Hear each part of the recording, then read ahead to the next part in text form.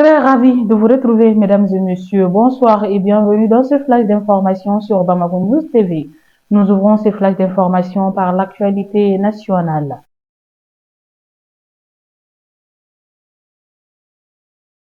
Le Mali s'apprête à réformer en profondeur le cadre régissant ses partis politiques. 20 ans après l'adoption de la dernière charte, le gouvernement de transition, par le biais du ministère de l'administration territoriale et des collectivités, lance une révision majeure en accordant avec les recommandations des assises nationales de la refondation de décembre 2021. À la mi-décembre 2024, le ministre délégué auprès du Premier ministre chargé des réformes politiques et de l'accompagnement du processus électoral, Mamani Nassiré, a adressé un appel aux partis politiques, à l'Association des municipalités du Mali et à d'autres organisations apparentées. L'objectif est de recueillir leurs suggestions et propositions en vue de la relecture de la charte. Les contributions sont attendues par voie électronique au ministère au plus tard le vendredi mars 2025. Toujours au pays, le Mali entame une réorganisation profonde de son secteur minier. Le gouvernement a annoncé hier vendredi 3 janvier 2025 la dissolution de la Chambre des mines et de la mise en place d'un collège transitoire. Cette décision annoncée lors du Conseil des ministres vise à moderniser la gouvernance du secteur et à répondre aux défis actuels de l'industrie minière malienne. Créée par l'ordonnance numéro 2018-021 PRM du 8 août 2018, la Chambre des mines avait pour mission de représenter les acteurs du secteur minier, personnes physiques et morales. Elle joue un rôle important dans la structuration et la régulation de ce secteur crucial pour l'économie du pays. Le collège transitoire a été mis en place pour assurer la continuité des activités et préparer une nouvelle organisation.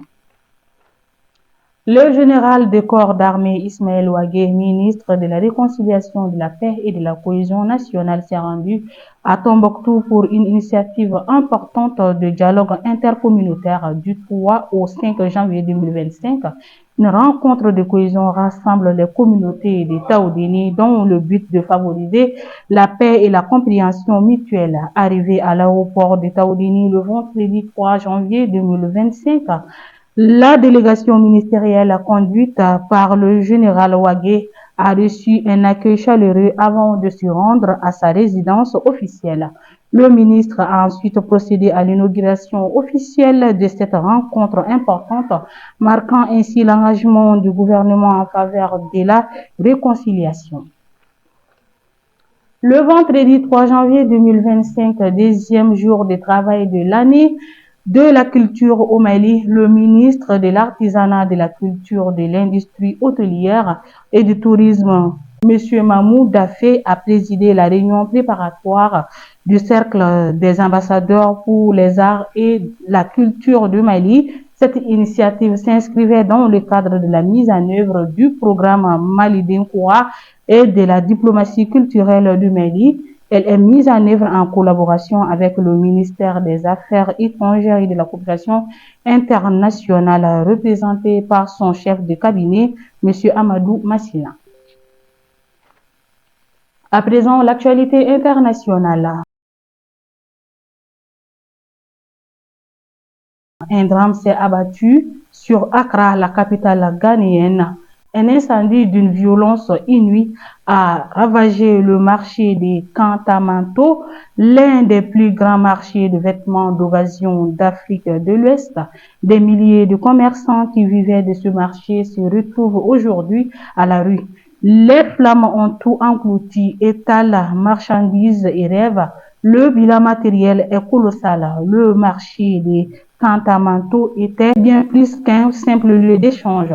Il était un poumon économique pour de nombreuses familles. Des milliers de personnes tiraient leurs revenus de la vente de vêtements de seconde main. Cette activité qui alimentait un vaste réseau de petites entreprises est désormais paralysée. Le ministre béninois des Affaires étrangères a fermement répondu aux récentes accusations formulées par le général Abdourahmane Tiani lors de son intervention.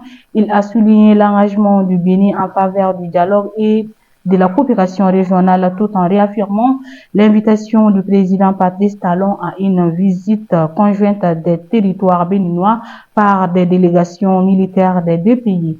Le ministre a exprimé sa consternation et préoccupation face aux accusations qu'il qualifie de récurrentes et infondées. Selon lui, les allégations ne reflètent ni la réalité sur le terrain, ni la politique de coopération et de sécurité que le Bénin met en œuvre depuis plusieurs mois. Dans le cadre de sa stratégie pour renforcer la sécurité nationale face à la menace terroriste, le président de la transition du Burkina Faso, le capitaine Ibrahim Traoré, a annoncé la création de 3 nouveaux bataillons d'intervention rapide. Ces unités stratégiques seront déployées à Arbenda, Ougaou et Dipanga pour intensifier la défense du territoire burkinabé. Et voilà, mesdames et messieurs, nous sommes à la fin de ce flash d'information. Merci à vous de l'avoir suivi. Au plaisir de vous retrouver très prochainement. D'ici là, portez-vous bien.